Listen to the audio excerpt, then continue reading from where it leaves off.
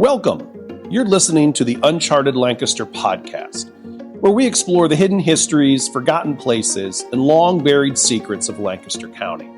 Using modern digital storytelling tools, each episode brings a new piece of local lore to life, revealing the strange, the surprising, and the stories history left behind. Let's begin. Okay, let's unpack this. So I want you to imagine something for a second. You're walking down one of the oldest streets in America. Right. East King Street in Lancaster, Pennsylvania. And this is a place where, every single flagstone feels like it has 300 years of history baked into it. You can almost feel it. You really can. And you pause to admire a house, one that it immediately stands out. Mm-hmm. It's not that common, sturdy red brick you see everywhere in colonial Pennsylvania. This one is different. It's built of this stately, kind of rare cut sandstone. A real status symbol. Totally. And as you're looking, you gaze up toward the roofline, and nestled right there under the cornice, high above the street, you spot him. A small carved stone face. And he's got this grin, right? He does. It's a knowing grin, maybe a little mischievous, but definitely watchful. And that is the Bausman House Eavesdropper. And it is so much more than just a peculiar architectural flourish. It really is.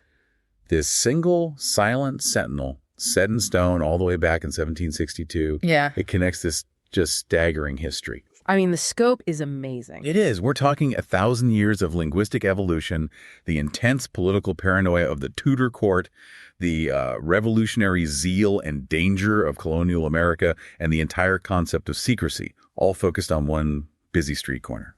And that is our mission for this deep dive for you and for me. We've synthesized a whole collection of sources, historical articles, architectural analyses, legal commentary, all about this unique landmark at 121 East King Street. Right. Our goal is to quickly, but also really thoroughly understand not just what this stone face is, but why. Why did this German immigrant and fierce patriot William Bausman choose to put it there right in the middle of all this pre-revolutionary tension? It's a fantastic question. We're tracing the history of surveillance from, and I love this, the dripping rain of the old English Eavesdropper right up to our modern digital age. And the beauty of this artifact, I think, is that it forces us to consider the enduring challenge of privacy, especially in times of high political stakes. Yeah. The story really requires us to look past the stone itself and truly immerse ourselves in the context of the man, the place, and of course, the looming revolution that the eavesdropper was built to watch over. So we have to start with the house itself, because the sources are all very clear on this. The Bausman House, built in 1762, it's a genuine architectural rarity in Lancaster. It really is. Most of the city's early structures, as you said, were built with that locally produced red brick. It was sturdy. It was available. It was practical. Exactly, practical. And Bausman just completely rejects that. His choice of materials makes a statement right from the get-go. What kind of statement? Well, he used cut sandstone, and that was more expensive. It required more specialized labor to quarry, to transport, and to lay. So this wasn't just a humble dwelling. Right. It was designed to project status, permanence, and, frankly, wealth. It has that classic 5-bay Georgian facade with its symmetrical window arrangement. That was the absolute height of architectural fashion for prosperous colonial merchants in the mid-18th century. But it's the details, though, that really elevate it beyond just being stately. Mm-hmm. Our sources point to the fact that this is actually Lancaster's oldest townhouse, to include a specific date stone. And this stone, it's nestled prominently between the first and second floors. It identifies the builders and the year. And the detail here is just fascinating. It shows Bausman's unique approach. While it preserves his name, William Bausman, it even uses an alternative spelling, Bausman, which, it gives historians a little glimpse into colonial spelling inconsistencies. That's just always fun. Always. But the truly radical detail, the thing that stands out, is the inclusion of his wife's name. Elizabeth. And that recognition of Elizabeth Bausman on the cornerstone is absolutely critical, right? Because that was not standard colonial practice at all. Oh, not even close. Houses were typically identified solely with the male head of the household. It was a reflection of the legal and social hierarchies of the time. So this was a deliberate choice. A very deliberate choice. By engraving her name alongside his, Bausman was making a subtle, but I think very powerful statement about their relationship. It wasn't just his property or his endeavor. It was theirs. It was theirs. The sources strongly suggest This reflects a deep and active partnership in the enterprise, in the building, and in the future political life that was about to unfold within those walls. This was a joint venture in every sense of the word. And her presence on that stone is a testament to her unrecognized role in colonial society. I think that's exactly right. So we've got this rare, high-status, I'd say politically conscious building.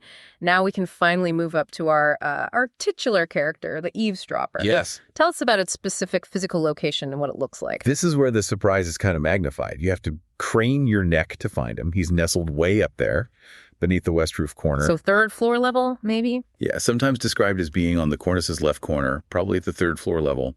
It's a small, carved stone face, and it's the only one of its kind known in the entire county. The only one. The only one, which just underscores its deliberate placement and its singularity. And our sources, they paint a very specific picture of the face itself, don't they? They do. It's described as having an open mouth, which gives the impression that it's either actively speaking, maybe yelling a warning, or, far more fittingly, that it's diligently listening. And that grin. And that perpetual knowing grin. It suggests it hears a lot more than it lets on. What's sort of tragic, though, is the symmetry that's been lost. What do you mean? It's theorized that the face once had a twin on the opposite corner of the building. Oh, wow. Yeah, which was likely removed during some unrecorded renovation, leaving us with this solitary, slightly haunting guardian. A twin would have doubled the warning. So if this isn't just decoration, what was the primary practical function when the house was built in 1762? You have to remember the constraints of colonial life, especially in the summer. This was decades and decades before air conditioning. Of course. So windows would have been thrown wide open for any kind of ventilation. Any conversation happening inside, especially on the upper floors, could easily drift out into the street. And vice versa. And crucially, any conversation happening right outside on the street, whether it's political gossip or military planning, could easily be carried inside. So the eavesdropper functioned as a kind of dual warning, a reminder to the people inside that the streets could hear them. And a reminder to those on the street that the Bausman House was always listening. It's a constant, tangible reminder of acoustic vulnerability. Precisely. But we can't separate this warning from its geography. The sources place the Bausman House in critical proximity to the courthouse. That's a key detail. A huge detail. Think about the volume and the nature of the activity there. You have legal proceedings, public debates, political caucuses, and all the high-stakes gossip that just swirls around the seat of local government. This little face was ideally positioned to monitor the intellectual and political heart of Lancaster. And to truly appreciate that geography, we need to broaden our scope a bit and look at East King Street itself. Because this wasn't just any local road. It had immense strategic importance even before the Revolution. It really did. That street corner has centuries of significance. When Lancaster was laid out in 1730, this route was called High Street. Which in the British colonial tradition meant it was the main drag. Main drag. The principal commercial artery, the main thoroughfare. And it was part of a much larger network. It served as a stretch of the King's Highway. Yes, and the King's Highway was the essential artery connecting Lancaster with the colonial hub of Philadelphia. This made the street a constant funnel for commerce, political correspondence, troop movements, and, maybe most importantly in Bausman's context, intelligence. So every messenger, every merchant, every politician traveling between the seat of the provincial government in Philadelphia and the inland centers like Lancaster passed right by this corner. It's fascinating how that strategic importance just gets updated through history. 2 centuries later, in 1913, that same street, East King Street, was incorporated into the Lincoln Highway. One of America's first transcontinental roads. Incredible. It's the kind of layered history you rarely find. The same path that once carried colonial stagecoaches and later supply wagons for the Continental Army eventually carried the first cross-country automobiles heading for California. The Bausman House has literally stood witness to the entire evolution of American transit, commerce, and communication. It really has. And its location in the Western Block's closest Penn Square, the historical nucleus of the city, just confirms its foundational status. It's among the earliest, most strategically located buildings in the entire city. And that right there elevates the eavesdropper from a simple curiosity to a genuine political fixture. Absolutely. When we step into the mind of William Bausman, we realize he wasn't just building a nice house.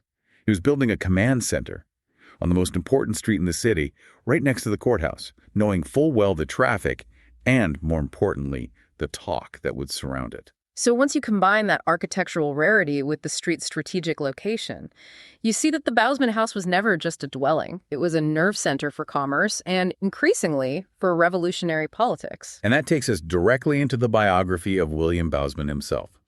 The sources clearly establish him as a German immigrant and a successful, prosperous merchant.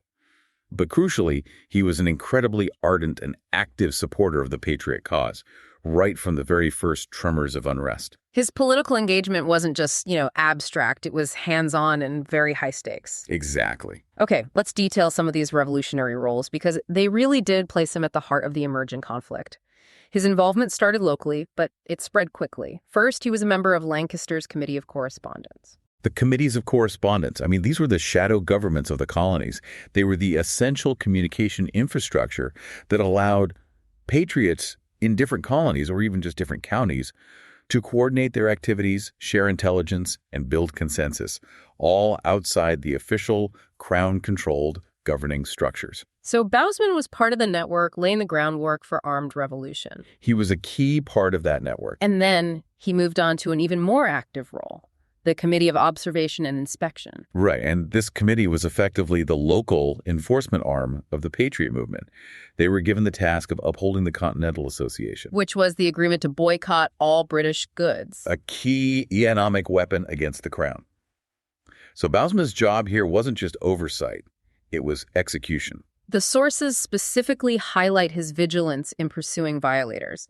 What did that vigilance actually look like on the ground? Well, it was essentially local policing for political compliance.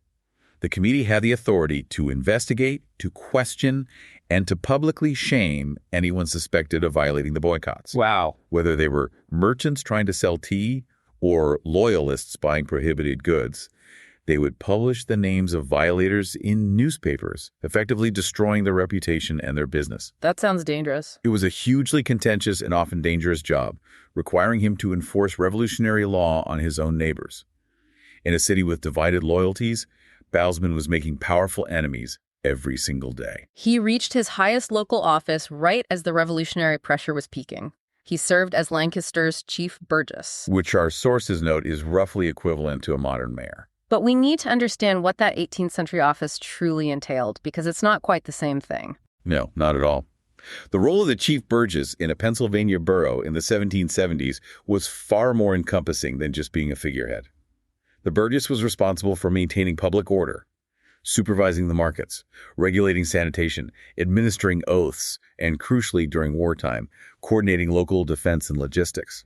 They were the central point of contact. The central point of contact for external military and political authorities. And he served from 1774 to 1777.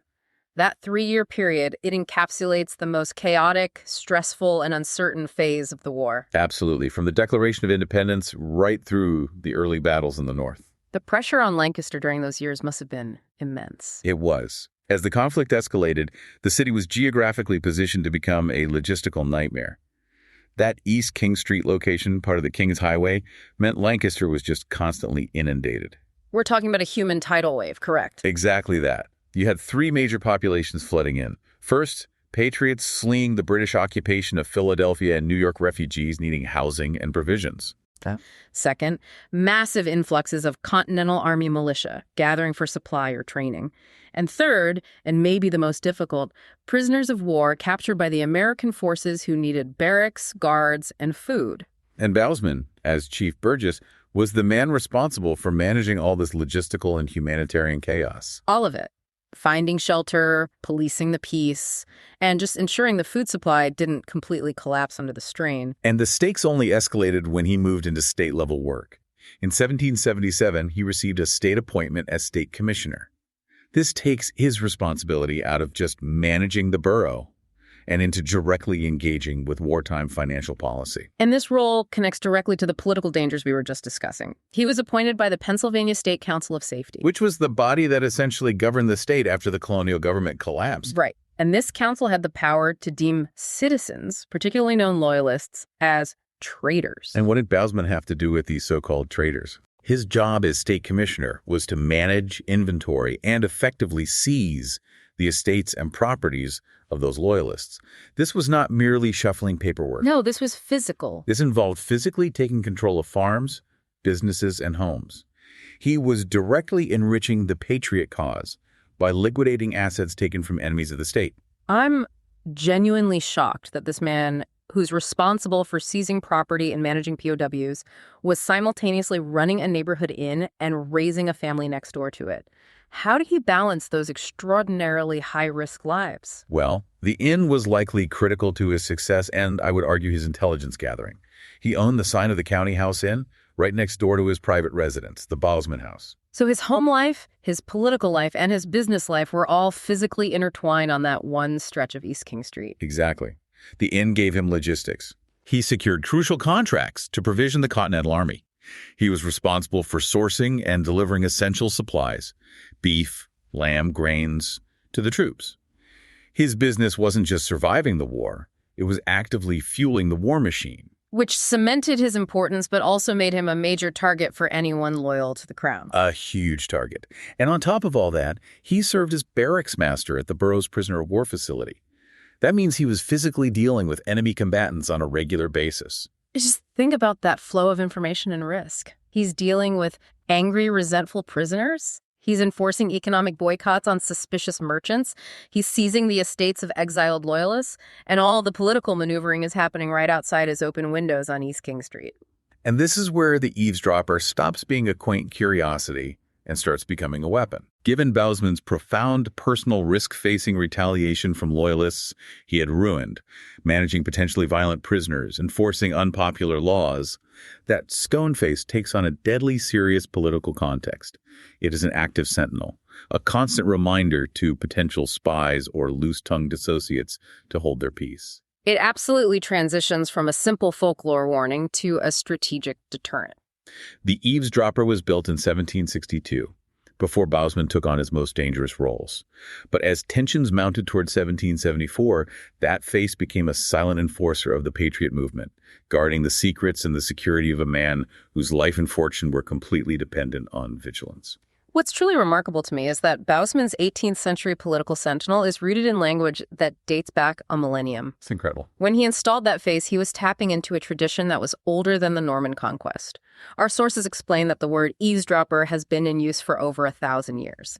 It appears in the linguistic record around the 900s. That longevity is stunning. And the etymology, the origin of the word, is entirely physical, which is critical to understanding the concept. Where does it come from? It comes from the Old English word eavestripe, and it literally means the place around the house where the rainwater drips off the roof, the ground below the eaves. It describes a physical location, that sodden perimeter of a building. So the original focus was on the location of the listener, the physical drick zone, not the act of listening itself. Exactly. The meaning was tied to the person who would sneak up and hide in that dark, wet patch of ground pressed against the wall to listen to conversations happening inside or near the windows above. The term eavesdropper was the noun for the person lurking in the eavesdripe. And the verb came later. The verb form, to eavesdrop, appeared about a century later. But the concept of illicit secret listening has remained constant for 10 centuries. And the word was so intrinsically linked to a trespass or a nuisance that it quickly entered the legal system as a recognized offense. It had to. Of course it did. Because the act inherently violated privacy and encouraged malicious gossip or even the theft of valuable information. We have a key contemporary legal reference from just after the Bausman House was built. William Blackstone. William Blackstone's monumental commentaries on the laws of England, published in 1769. And how did Blackstone, who was the foundational jurist for both British and American common law, how did he define an eavesdropper? Blackstone was very clear. Eavesdroppers were formally defined as a common nuisance. He described them as such as listen under walls or windows or the eaves of a house to hearken after discourse and thereupon to frame mischievous tales. That distinction as a common nuisance is important. It wasn't just, bad manners. It was a legally actionable disturbance. What did that mean in 1769? Well, if something was defined as a common nuisance, it meant it was an offense against the entire community, not just one person.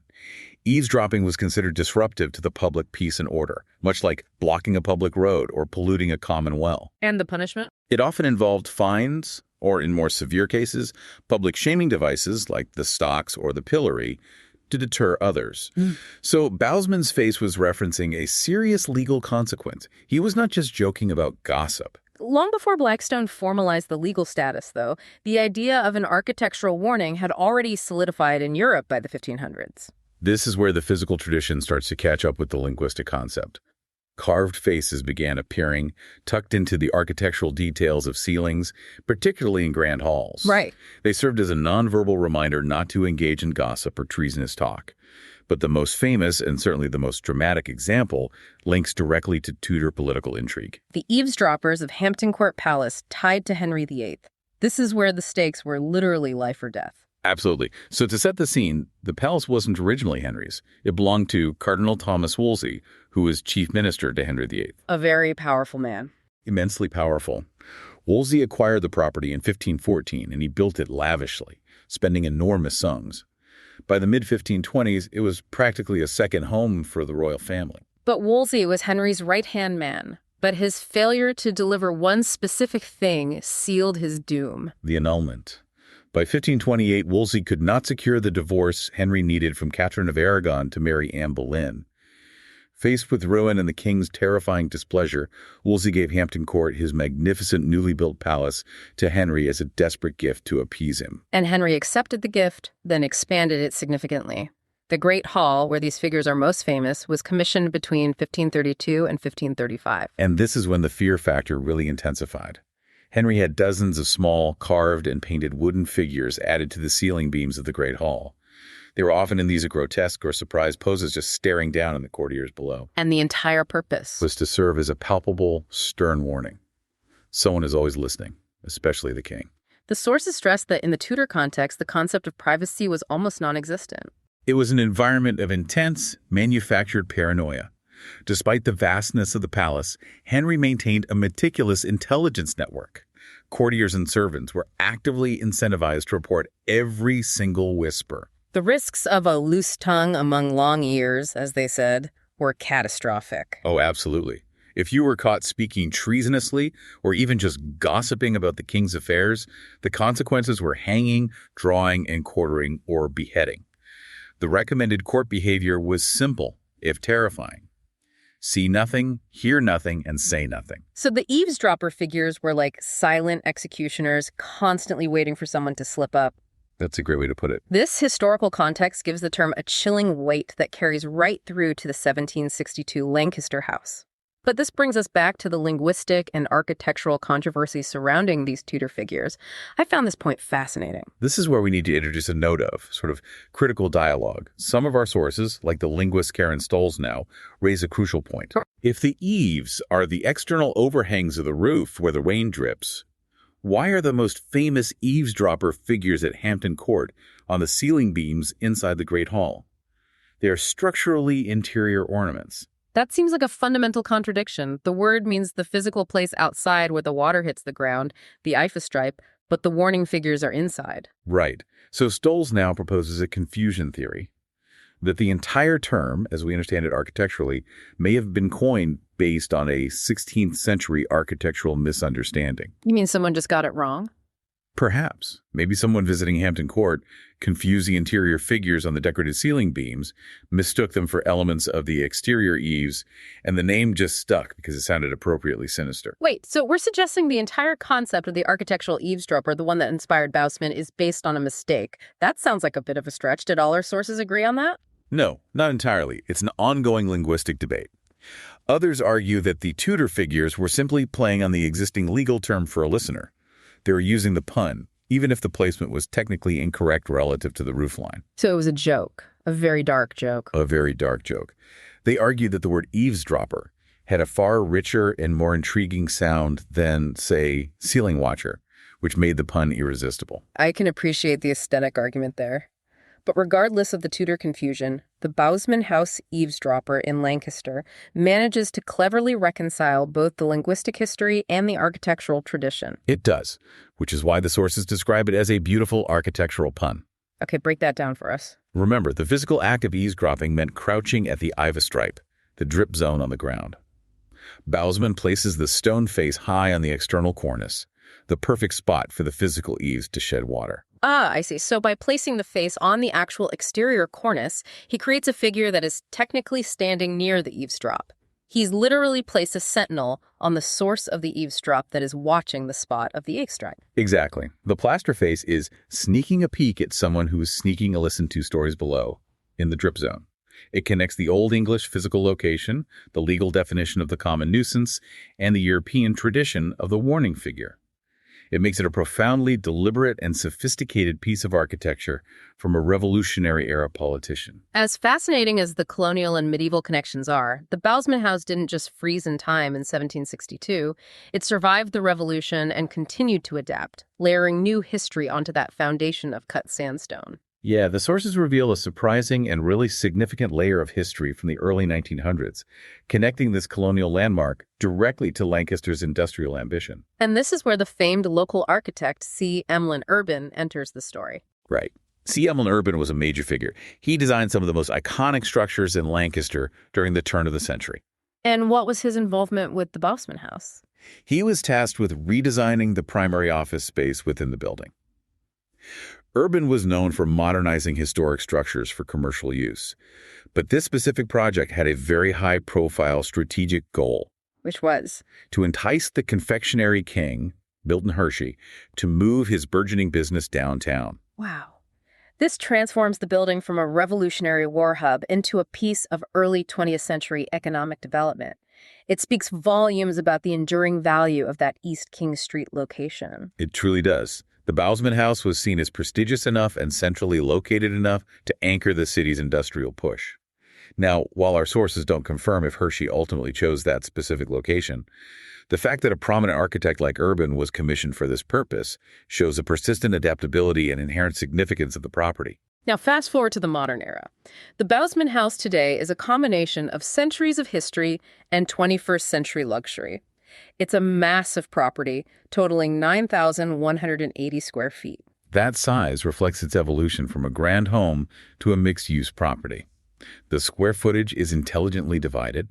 The lower floors contain a significant 5,500 square feet of prime commercial space, capitalizing on that historic East King Street frontage. And above that? Above that, the upper floors hold a magnificently restored 3,500 square foot residence. And based on the recent real estate listing we pulled from the sources, that residence is quite luxurious. It's detailed as having 3 bedrooms and a remarkable 8 bathrooms. 8 bathrooms. In a colonial-era structure. That really highlights the sheer scale of the modernization effort. A full, comprehensive overhaul took place between 2015 and 2016. And the listing price reflected that. It did. The property was briefly listed in the fall of 2025 for a striking $2,195,000, underscoring its historical value matched with modern amenity. The challenge for those renovators must have been integrating all that modernity like 8 bathrooms and open layouts, while preserving the 1762 character, the sandstone walls, and especially that historic date stone.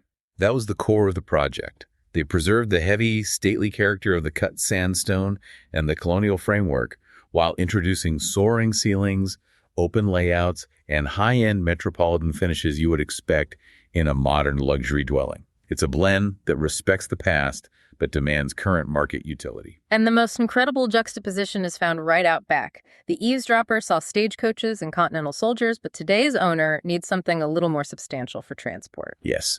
The property includes a decidedly modern feature that would have absolutely baffled William Bausman. What is it? A 14-car garage complex retrofitted into the rear of the property, complete with an EV charger.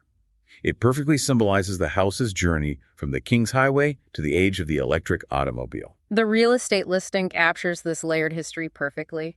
It emphasizes that every corner whispers history. It's true. Whether the buyer is drawn to the high-stakes patriotism of Bausman, the architectural ambition of C. Emlyn Urban, and the link to Milton Hershey, or just the sly smile of that ancient, ever-watchful eavesdropper, they are buying a piece of American history that has actively participated in every century of the city's existence. It just goes to show that regardless of the era, the property's location and prominence have made it a focal point for power, commerce, and inevitably, the secrets that go along with them. We started with a curious stone face on East King Street, and our deep dive has traced that sentinel through an 18th century patriot's political surveillance warning. The high-stakes, terrifying intrigue of the 16th century Tudor court, and all the way back to a 1,000-year-old Old English word rooted in where rainwater hits the ground. And the constant overarching theme here is the architecture of control. In William Bausman's era, the constraint on eavesdropping was purely physical. It was limited by the acoustic quality of the air, the porosity of the walls, and the fact that the listener had to physically place themselves in the Eavesdropper, the drip zone. The eavesdropper face was a simple, visible stone deterrent that leveraged physical limitations. But the term has expanded and evolved so far beyond physical acoustics. For us today, the concept of eavesdropping is overwhelmingly digital. It dominates our discussions of cybersecurity and privacy. The analogy is direct. The sources reference data sniffing as the modern form of eavesdropping. Historically, eavesdropping required a physical location to intercept airwaves, which is just sound. Right. Digitally, it requires finding a point in the network where communication is shared. And one common method involves local networks, right? Precisely. For a non-technical audience, you can think of an old-school network hubit. If you are connected to a hub, data being sent from computer A to computer B passes through the hub and, crucially, is broadcast to every other device connected to it. So everyone can hear it. A malicious eavesdropper or a sniffer on that same network can passively listen in on every incoming bit of data, intercepting communication between two parties without either of them knowing. And this extends to poorly secured Wi-Fi networks as well. Absolutely. The principle remains identical to Bausman's day. Unauthorized interception of a conversation between two parties by a third. Even in modern physical architecture, acoustics are still a massive challenge. A huge challenge. Sound is notoriously difficult to control inside a building, especially large commercial structures. Architects and engineers still spend immense resources designing walls and ventilation systems, specifically to diminish sound travel and prevent unauthorized acoustic listening. Which proves that even with modern technology, the physical environment still matters. It really does. The shift in focus, though, is striking. The sources note what they call the modern condition, that today, eavesdropping in its digital and corporate forms is sometimes unavoidable. It's described as a baseline condition of social and economic life. The question is, no longer can someone listen, but who is listening, why are they listening, and how easily can they do it? The constant fear of the Tudor court, that a slip of the tongue could ruin you, finds its mirror in the data breach or the intercepted email today. Exactly. And the timeless warning from the 1762 eavesdropper, meant for the Patriot street corner, endures for our digital world. If you don't want someone to know what you have to say, don't say it. Or at least encrypt it appropriately. Good point. That colonial face was designed to remind people that their words literally carried through the air and across a tiny, localized physical space, the Eavesdropper. Considering how effortlessly and globally our modern digital communication can be intercepted, regardless of the sophistication of our walls or our distance from the courthouse, it raises a final provocative thought. Which is? Should we perhaps be installing mandatory digital eavesdroppers on our devices? Wait, not to listen in, but as constant software-level sentinels. Yes. A small, perpetual icon in the corner of every communication window, serving as an undeniable, persistent reminder that our private digital conversations are now flowing just as freely and vulnerably as the summer air through William Bausman's wide-open colonial windows. A virtual sentinel telling us that the Eavesdropper of potential surveillance is now everywhere, something to mull over the next time you connect to a new network. Thanks for listening to this week's episode of the Uncharted Lancaster podcast. If you enjoyed the episode, be sure to subscribe and leave a rating or review wherever you listen. It really helps more people discover the show. For more fascinating local history, visit unchartedlancaster.com. And if you'd like to go deeper, check out one of Adam Zern's books at unchartedlancaster.com/books. Until next time, keep exploring.